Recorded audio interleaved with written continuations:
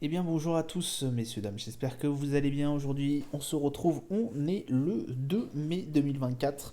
Le CAC 40 a clôturé la séance à moins 0,88 points. On est retourné aux alentours des 7900 points, malgré effectivement un effort au niveau de la Fed. On verra ça plus tard. L'Eurostox qui est fini aussi dans le rouge, moins 0,62. Le DAX, moins 0,20. Hélas, le FTSE à plus 0,63, le seul, j'ai envie de vous dire, indicateur européen qui est dans le vert. En revanche, ça se passe très bien pour Wall Street. Dow Jones plus 0,85, le Nasdaq qui bondit à plus 1,51, le Nikkei 225 moins 0,10. Le pétrole Brent qui est toujours en descente, 83,63$. On a l'once d'or à 2301,90$, l'euro USD à 1,073$. Le Bitcoin qui a réussi à rattraper les 59 140 dollars pour l'instant. Téléperformance plus 13,85. Imeris plus 12,62. Alteria plus 10,60. Au niveau des plus fortes baisses, on a XFAB Silicon qui perd moins 4,21. Stellantis qui chute encore moins 4,34. Engie moins 6,48. Que s'est-il passé aujourd'hui? Eh bien écoutez, aujourd'hui déjà on est le lendemain de la grosse annonce de Jérôme Powell. Alors c'était férié pour nous, mais Jérôme Powell pour les indicateurs, enfin pour les indices américains, en tout cas pour les marchés américains, c'était pas férié, ni pour la plupart des marchés européens. Il y avait juste le CAC qui était effectivement en sous-régime. On a Jérôme Powell effectivement qui a exclu toute nouvelle hausse de taux. Effectivement on a eu des très mauvais chiffres au niveau de l'inflation, ce qui a énormément retardé l'échéance justement de la possibilité de baisse des taux. Et puis on était même sur des chiffres qui étaient tellement mauvais qu'on s'est dit mais est-ce que la Fed ne va pas non plus encore hausser les taux? Alors j'ai envie de vous dire dans tout cette interview, cette réunion, mine de rien, on a eu quand même un Jérôme Powell qui était assez rassurant. Voilà, rassurant, malgré le fait qu'on ait des assez mauvais chiffres et résultats au niveau de l'inflation. J'ai envie de vous dire qu'il a été un peu poussé aussi, forcément, dans ses retranchements, puisqu'il avait déjà, je vous rappelle, il y a de cela, fin de l'année dernière, pardon, prévu de faire une descente, des baisses de taux des taux au mois de mars, ce qui est impossible à faire à l'heure actuelle, puisqu'effectivement on a toujours une inflation qui est assez mauvaise. Mais surtout, il a été un peu pressé parce que effectivement la BCE commence à emboîter le pas de plus en plus, qui elle voit effectivement son inflation descendre, ce qui n'est pas le cas des US. Donc voilà, il a été un peu pris au niveau de la gorge. Je pense que voilà, il n'a pas envie de perdre un peu la face. Très surveillé effectivement l'emploi et au niveau des US. On a eu des données qui ont été passées certainement parce qu'en fait au moment où on a eu la minute, enfin pas la minute de la Fed mais la réunion, l'interview de Jérôme Powell, sur la même journée on avait tout ce qui était l'emploi. Donc bah écoutez, ça c'est, j'ai envie de vous dire, ça a été la réunion en fait a éclipsé un peu ses résultats. Voilà. Bon, on s'en sort pas si mal que ça, j'ai envie de vous dire, avec un Jérôme Powell assez rassurant. Voilà, avec des indices qui quand même sont pas si mal que ça, on va pas se mentir, mais on reste même très attentif. Aujourd'hui, on aura aussi, alors fin de séance, on aura aussi les résultats d'Apple, si je ne dis pas de bêtises. Donc on regarde ça d'assez près. On a eu les résultats d'hier d'Amazon. Hier, énorme pic. Énorme pic, ça a pas mal bougé au niveau des US, hein. Mais effectivement, ça a été rassurant d'un côté et puis pas forcément de l'autre. Voilà, on reste tout de même très attentif et surtout, on regarde d'assez près cette inflation qui commence à nous coller un peu au basque. Calendrier d'annonce économique. Alors, ça recharge. Je sais pas pourquoi. Voilà. Alors, on a eu du coup la confiance des consommateurs au niveau du Japon. On a eu la balance commerciale au niveau du Canada, pardon. Pas grand chose au niveau du US, c'était hier qu'on avait eu énormément de choses. En revanche, pour vendredi, je ne crois pas qu'il y ait non plus énormément de choses. Mais effectivement, hop, je ne l'ai pas, toujours pas. Pourquoi il ne veut pas me l'afficher? Voilà.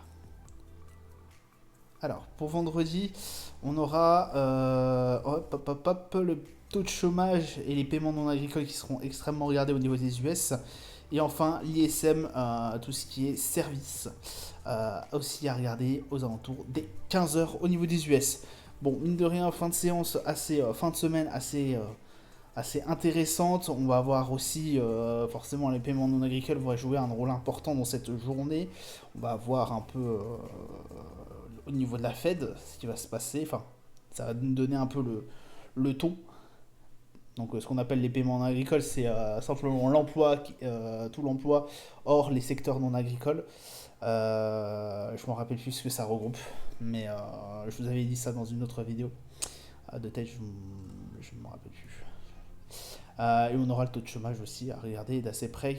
Ça risque d'être. Alors, on espère que ça soit aux alentours des 243 000 emplois. En tout cas pour tout ce qui est non agricole. Après, à voir. L'ISM va jouer aussi un petit rôle, mais je pense que c'est vraiment cette actu-là, hein, ce qu'on appelle le paiement non agricole, l'emploi non agricole plutôt, qui va être qui va jouer un rôle déterminant en fait dans la journée. On va aller se diriger sur nos marchés et on a un CAC 40 qui effectivement a bien chuté hier. Malgré les annonces rassurantes. Alors on a aussi beaucoup Stellantis qui a joué énormément pour l'instant. Stellantis est en train de énormément chuter en bourse. Je crois qu'on a plus de 10% et quelques en moins de 3 ou 4 jours après les résultats des annonces, après les résultats. Donc c'est en train de vraiment se déprécier. 7938 points, ça fait mal. RSI à 40, le MACD qui pour l'instant ne trouve pas du tout sa place. On est très très compliqué, c'est très compliqué là pour l'instant pour le CAC 40. Alors, très compliqué, oui et non, puisque comme vous pouvez le voir, on a quand même ce niveau des 7900 qui pour l'instant ne plie pas, et tant mieux. On a un niveau de résistance aux alentours des 8100, on n'arrive pas à dégager, en tout cas au-dessus pour l'instant. On voit bien qu'on est cloisonné entre les 8100 et quelques, grosso modo, et les 7009, on n'arrive plus à bouger, ça fait quand même... depuis le début avril, milieu avril, qu'on a touché ce niveau-là, cette range, et qu'on n'arrive pas à aller au-dessus, en tout cas, et aller rejoindre les 8002, voire un peu plus au-dessus, et aller chercher les sommets. Pour le Brent, là, ça s'effondre un peu. Effectivement, on a une accalmie au niveau du Moyen-Orient, donc ça, c'est tant mieux pour nous. On est redescendu aux alentours des 83 dollars et quelques. On a une petite hausse aujourd'hui, mais ça reste vraiment très, très, très, très minime. On va caler à mon avis sur les 83 dollars parce qu'effectivement on a cette résistance des 83 dollars. On voit bien ici qu'on a bougé, on est pas mal resté dessus. Là on voit qu'effectivement après cette grosse descente hier, on a les 80 dollars où on stagne dessus et grosso modo on a les 90 en haut, dont on n'a pas réussi globalement à rester au-dessus.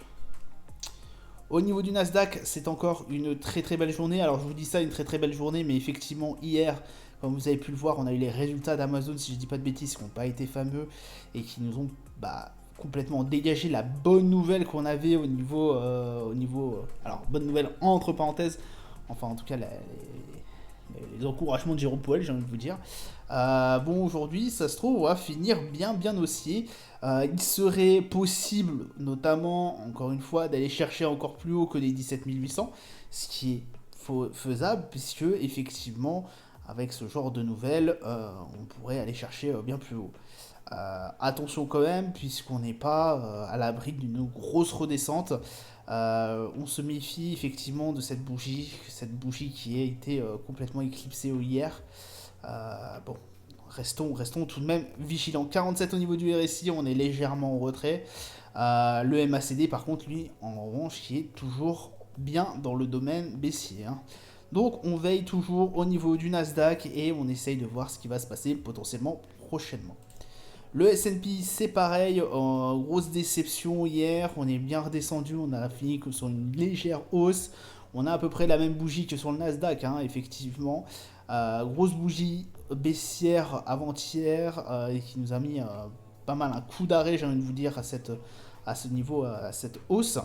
On me sentait venir quand même avec cette première bougie ici, la deuxième là. Bon, ça a été moins important, j'ai envie de vous dire, que le Nasdaq où bon, ça a été kiff-kiff, j'ai envie de vous dire. Voilà, pour pas jouer sur les mots, ça a été vraiment kiff-kiff. Bon, on continue à la belle hausse. Ça se trouve demain, on aura encore une hausse. Qui sait, on pourra aller chercher cette range assez intéressante pour aller peut-être tâter les sommets plus tard. En tout cas, dans la semaine qui suivra, donc la semaine prochaine, voire la semaine d'après. Le Dow Jones qui lui, pareil, est bien revenu en retrait, sauf que lui, il a quand même fini sur une journée assez intéressante, j'ai envie de vous dire. Hein. C'est intéressante, assez bonne. On finit proche des 36 888 aujourd'hui. Ça reste tout de même très intéressant. Alors là, en revanche, on a quand même une belle range encore à aller chercher en haut avant d'aller chercher les sommets par la suite. On est à 49 au niveau du RSI, c'est pas si terrible que ça, mais c'est pas non plus catastrophique. Et on a toujours notre MACD qui lui, en revanche, est toujours sur de la baisse. Alors, mine de rien, on a vraiment une un gros support aux alentours des 37 000 qui est bien clair et net au niveau du Dow Jones. On peut retrouver à peu près la même chose sur les autres indices américains. On a vraiment des gros supports. En revanche, on a aussi une très grosse résistance. Qui c'est qui va céder le premier? Est-ce la résistance ou le support? En tout cas, pour l'instant, à l'heure actuelle, on est plus proche du support, de la résistance, pardon, que du support. Cela peut très vite redescendre d'un seul coup. On restera vigilant en tout cas toute cette semaine. Et puis voilà, je vous souhaite une excellente journée et une bonne soirée à tous. Je vous dis à plus tard. Ciao ciao.